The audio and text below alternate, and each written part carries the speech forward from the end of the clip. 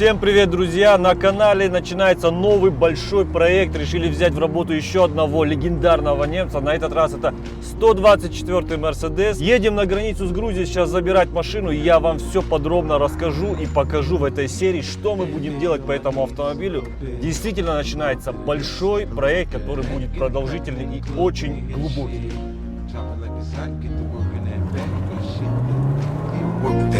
Let me see it go up and down.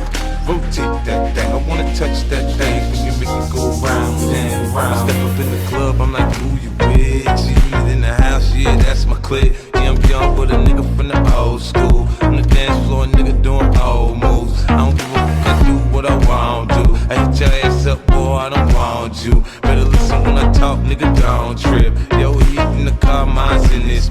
I ain't tryna beef, I'm tryna get my drink on. And my diamonds, my fitted, and my mink on. I'ma kick it at the bar till it's time to go. Then I'ma get shorty in and I'ma let her know. All a nigga really need is a little bit. Not a lot, baby girl, just a little bit. We can head to the crib in a little bit. I can show you how I live in a little bit. I wanna unbutton your pants just a little bit.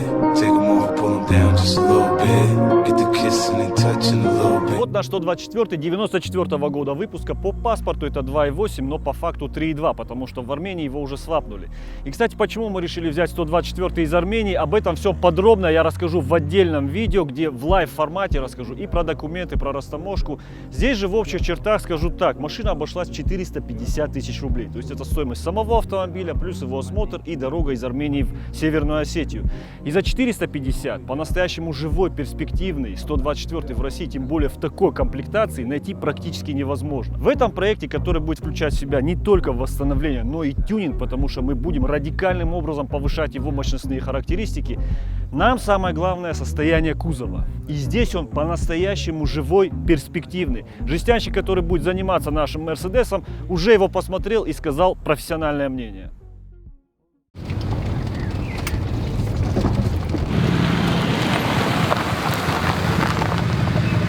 Приехали к жестянщику, зовут его Олег, занимается именно старыми Мерседесами, наверное, лет 30. Вот если посмотреть на его двор, вы сами видите, что здесь Мерседесы самой золотой эпохи Штутгарта. Да? Свой Мерс мы решили загнать только к нему, для того, чтобы где нужно поджестянить, но и сделать расширение под волка. Ну все мы вам сейчас более подробно расскажем. Главный входит оценщик. О, сейчас вот он точно на все посмотрит. Это хуже, чем волкодав. Так что, ребята, если с ним встретитесь, будьте добры мне бежать. Тихо, тихо, тихо, тихо.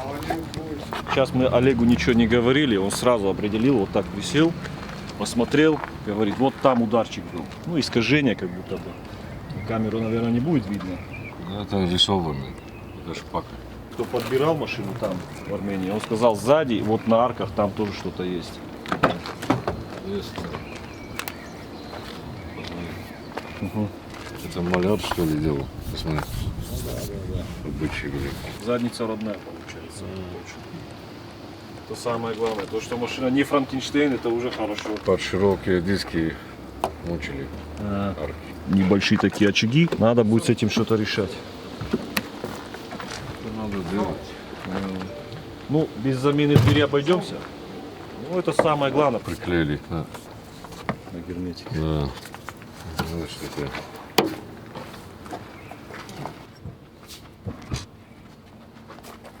Нагрузки на него большие бывают, и знаешь, этот отходит уже и усыхает сам герметик заводской. Сколько ему лет на малярке, вот это все надо будет счистить и по новой повторить. Вот это место. В общем, герметик там по новой проложить надо будет. Вот это место. Как вот живой.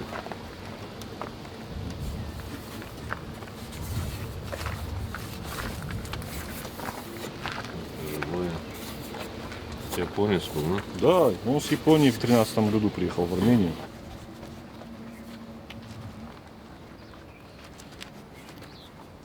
Малярные темы, да? Вот представь, видишь, в принципе, это резинки уже все надо менять, уже усохшие. Ну, двери сохраним. Я знаешь, что смотрю?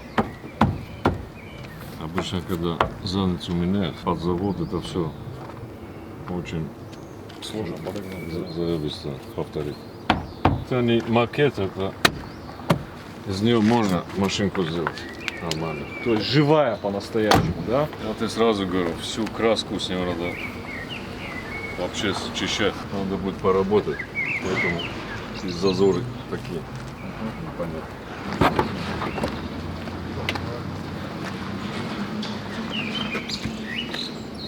Да-да. Ну, ударчик здесь не слабенький был. Посмотри, какая решетка. Ну да, она вся порепанная. У меня такое ощущение, что ее лаком смывали по новой. Обычно бывает такая тема, когда зимой что-то делают, и отвердитель или сушка, потом начинает он сохнуть, и вот такая. Это все счищать надо. Без такого талисмана жестянку делать невозможно. Да? Это самый капитальный просто. Он вообще, вот он принимает работу всегда. Анализирует.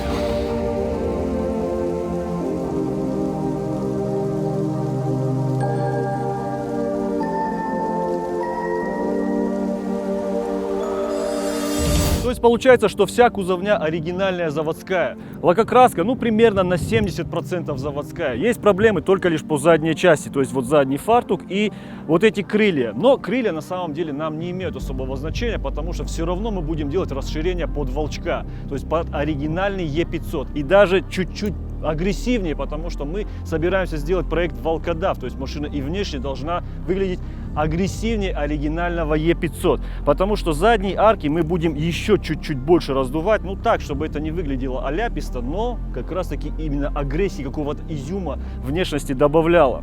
Что еще по внешке? Ну, естественно, бампера мы будем ставить сюда тоже от оригинального Е500.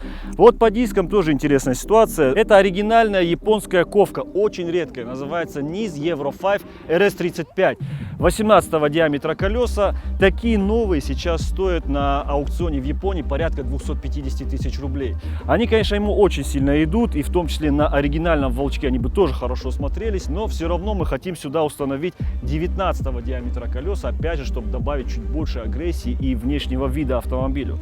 Что касается, в принципе, кузова, мы будем полностью счищать с него краску, делать вот жестянку, где нужно, расширение, опять же, как я сказал, ну и покраска, естественно. То есть машина будет перекрашиваться в новый, очень интересный такой яркий цвет, красиво будет выглядеть. В серии по покраске я вам скажу, что за цвет, ну, действительно будет выглядеть очень классно, бомбово. Ну и решетку радиаторную мы тоже поменяем на такую, которая ставилась на волчках. Но это что касается его внешки. А что у нас по начинке получается? Ну, естественно, свап. То есть сюда мы будем устанавливать 5.4 компрессор М113 991, по-моему, его индекс. То есть тот двигатель, который устанавливался на 220 S-класс AMG, 500 лошадиных сил. И я думаю, вы понимаете, что такое 500 кобыл в подкапотке вот этого 124-го с его весом. Это будет по-настоящему очень серьезно, тем более, если после его установки его еще докачать определенными тюнинг-моментами, то там вообще будет просто сказка. Но это мы все вам покажем, конечно же, в отдельных сериях. Мы уже заехали на техцентр Барс, Руха, Азамат, Джамбот. Это 3 человека, которые будут заниматься свапом нашего 124-го, как механической его частью, так и по электрике. Они в том числе посмотрели, тоже сказали свое мнение. Ну и нужно было здесь кое-какие моменты подправить по этому двигателю, потому что была неровная его работа. Теперь все просто идеально.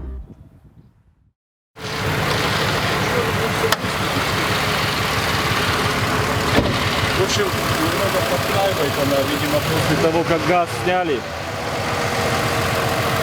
То ли катушка, то ли по проводам что-то. Ну ты лучше. Врач сказал, надо загнать внутрь, и там уже в палату, да? В палату.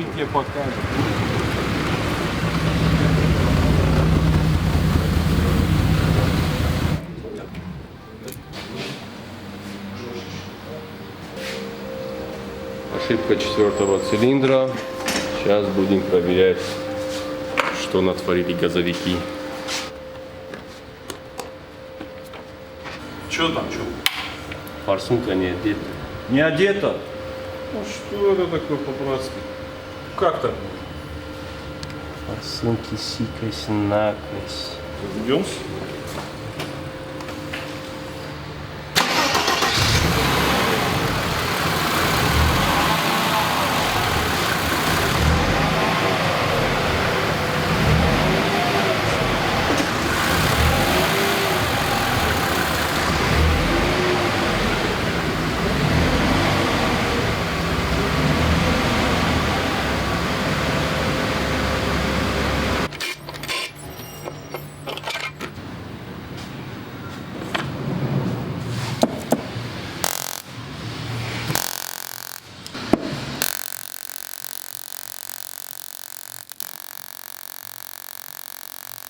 Ну,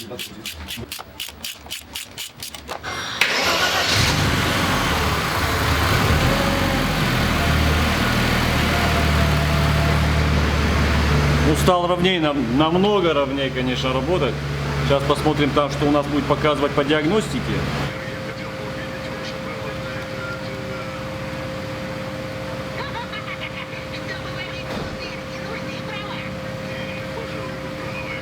Все, по мотору у нас теперь никаких проблем нету. В общем, работает ровненько, ошибок никаких не осталось. Сейчас перегоним ее в тот бокс, поднимем еще на подъемнике, уже сами своими глазами ее посмотрим. Так-то подборщик в Армении это все осмотрел, показывал мне. По итогу, что мы сделали? Значит, поменяли 3 муштука и все свечи заменили. И в том числе еще штекер на форсунке одной тоже не был поставлен. То есть, видимо, когда снимали газ, как-то там что-то задели и штекер просто так валялся.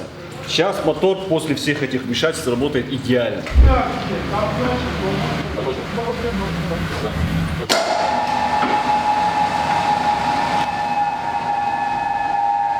Мы еще посмотрели номер двигателя. Ну, наше опасение, то, что вдруг все-таки это 2.8, а не 3.2, как нам сказали, тоже свапнули его, да? Там 104 992. Не знаю, просто на камеру будет это видно или нет, потому что вот эта табличка, которая под генератором, она, ну, довольно-таки плохо видно. Я ее сфотографировал, не знаю, давайте я вам, может быть, на фотографии сейчас покажу. Вот, смотрите, вот оно, если видно, вот 104 992. Ну, не знаю, в общем, сфокусировалось или нет. Это получается двигатель 3.2. Так что сейчас еще посмотрим, что у нас здесь по ходовой. И, в принципе, все с машиной будет понятно. Ну и днище тоже. Оно с другой стороны. Днище уже видно, что Да. живое. Это прям в колонке люфт. Я тоже так думаю. Да, это люфт рулевой колонки. Подрегулировать его надо.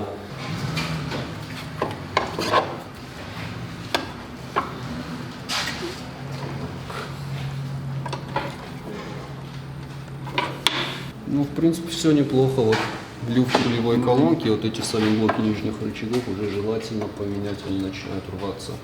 Больше никаких нареканий нету. Еще момент вот по банке глушителя. Мы все еще рассчитывали, что это будет Brabus оригинал. Ну, куда там. В общем, это все сделано самопально. В любом случае, полностью трасса глушителя будет здесь меняться. Банку тоже поставим сюда что-нибудь такое интересное. Главное, чтобы оно и выглядело, и звучало хорошо. В общем, по ходовке все хорошо, кроме рулевой. Но это уже когда осматривали машину в Армении еще. Тогда мне еще сказали это.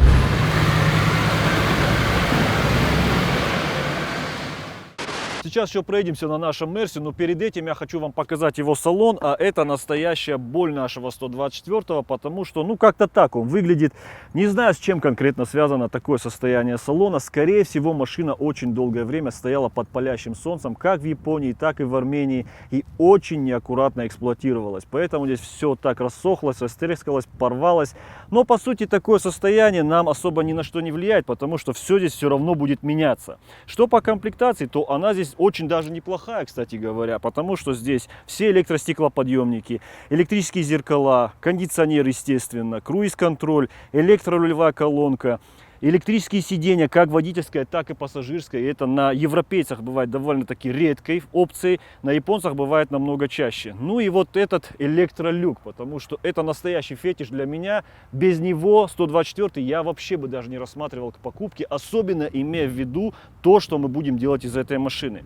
Что касается вообще вот всего того, что мы имеем здесь, это все будет сниматься и меняться на другое, новое, в отличном состоянии и тому подобное. То есть и ковролин, сиденья, естественно, мы поменяем на спортлайновские, волчковские, то есть и передний, и задний раздельный диван. Дерево все приведем в идеал, ну, если, конечно, не будем добавлять никаких функций. То есть я бы, например, еще здесь сделал электрическую шторку. Если мы найдем ее в хорошем состоянии, тогда, естественно, на центральной консоли нужно будет добавить еще одну кнопочку. Вот еще думаем насчет его торпеды. Либо будем ее обшивать в кожу, либо будем менять просто на такую же в отличном состоянии. Руль, естественно, будет AMG-шный, то есть так сделаем, чтобы в салоне вообще ни до чего невозможно было докопаться. Естественно, потолок со стойками перешьем в Алькантару. Ну а теперь давайте проедемся на нем, посмотрим, на что он сейчас способен, и пускай это будет точкой отсчета нашего проекта.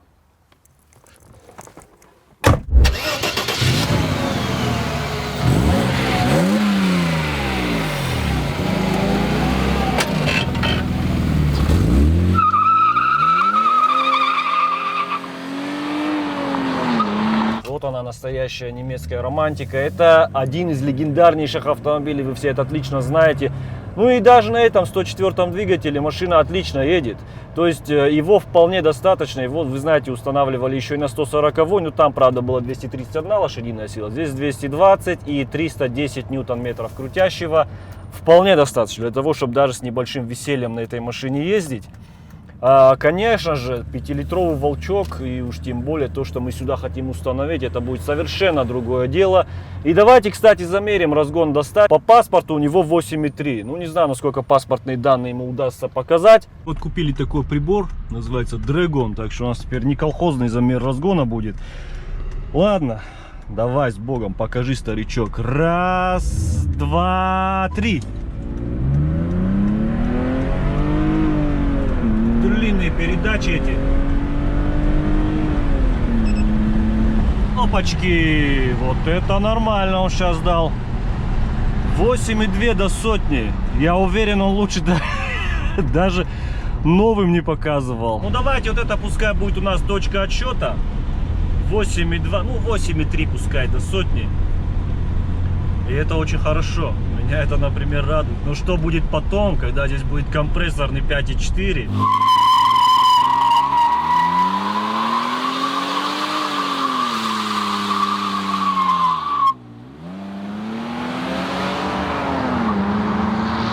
Вообще, друзья, почему мы решили взять 124 в проект? А по сути, что еще брать, кроме вот такого легендарного бизнес-седана, настоящего немецкого? Уже несколько 34-ок мы сделали. А вот сейчас настало время Мерседеса, из которого в свое время был сделан волчок. Ну, если так вот в общих чертах про него сказать, много вы, конечно, знаете, то, что он был сделан вместе с Porsche, и этим самым мерседесовцы тоже, ну, грубо говоря, понтовались, потому что в этом автомобиле он был, конечно же, как ответ М5 Е34, и в этом автомобиле было много спортивных ноток. Но, тем не менее, он, конечно, не был настолько спортивным, как М5 Е34, тем более потом они выпустили двигатель С38, на котором он уже волчка наказывал, и на самом деле он не был таким уж прям быстрым. Просто машина действительно людям понравилась. И почему они дорабатывали его на Porsche? Ну, опять же, кто-то знает, кто-то нет. Потому что расширение, которое нужно было сделать для арок, оно не позволяло устанавливать этот кузов на конвейер Мерседеса. То есть он был слишком широкий, приходилось вот это все переносить на Porsche и там на их мощностях все это доделать. В том числе и заводу Porsche это помогло немного всплыть из тех проблем, в которые они погрузились в те годы, в конце 80-х годов. Ну и сейчас мы хотим сделать что-то похожее, но, конечно же, намного мощнее. То есть здесь будет уже двигатель не тот, который устанавливался с SL500, 326 лошадиных сил. Здесь будет 5,4 компрессор М113. Изначально нам говорили, что лучше купите 420 для того, чтобы подкапотное пространство было подогнано изначально по заводу под установку V8. Но там устанавливался М119, 5-литровый двигатель, и 4,2 в том числе. Они, конечно же, и больше, и массивнее того 113-го. Насколько я знаю, развал блока цилиндров у 113-го мотора, он меньше, 60 градусов против 90 у 119-го. Если вдруг я ошибаюсь, поправьте опять же меня в комментариях под видео. Поэтому он более компактный, он более легкий, и он вполне легко и просто встанет в это подкапотное пространство рядника, изначально рядного кузова 124-го. Так-то вы наверняка знаете, что многое отличает 420-го от того же 320-го, в том числе и ВИН-код. С правой стороны подкапотки, да, вот этот щит моторный, там он бывает на рядниках горизонтально, на уже V-образных он бывает вертикальным. Но это все так вот мелочи, которые я просто вам хотел рассказать. Ну давай вот так вот чисто разгон с 100 км в час попробуем посмотреть, на что способен этот 3.2.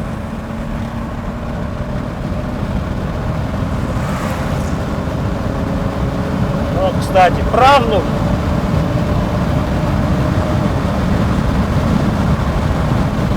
Правнучек, подвинься. Подвинулся. Уважает, уважает. Возраст уважать надо, ребята. Ну, вот так он едет.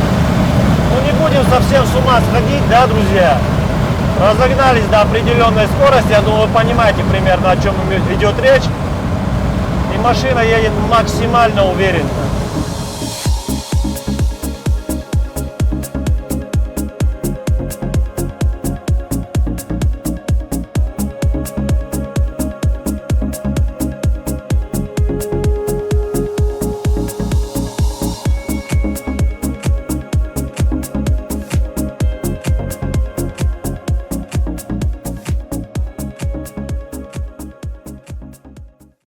Все, ребят, на этом первая серия нашего проекта заканчивается. Еще раз повторюсь, что в следующем видео в таком лайв-формате я вам более подробно расскажу про документы, про растаможку, как вообще все это получилось, и покажу каждый сантиметр автомобиля, чтобы вы знали все буквально в деталях. Ну а на этом в первой серии все. Стартовал большой масштабный проект на канале Осмедиа. Это и восстановление, и тюнинг. Для того, чтобы не пропускать новые видео, подписывайтесь на канал, ставьте колокольчик. Ну и увидимся с вами уже в следующих видео. Всем спасибо за просмотр и пока!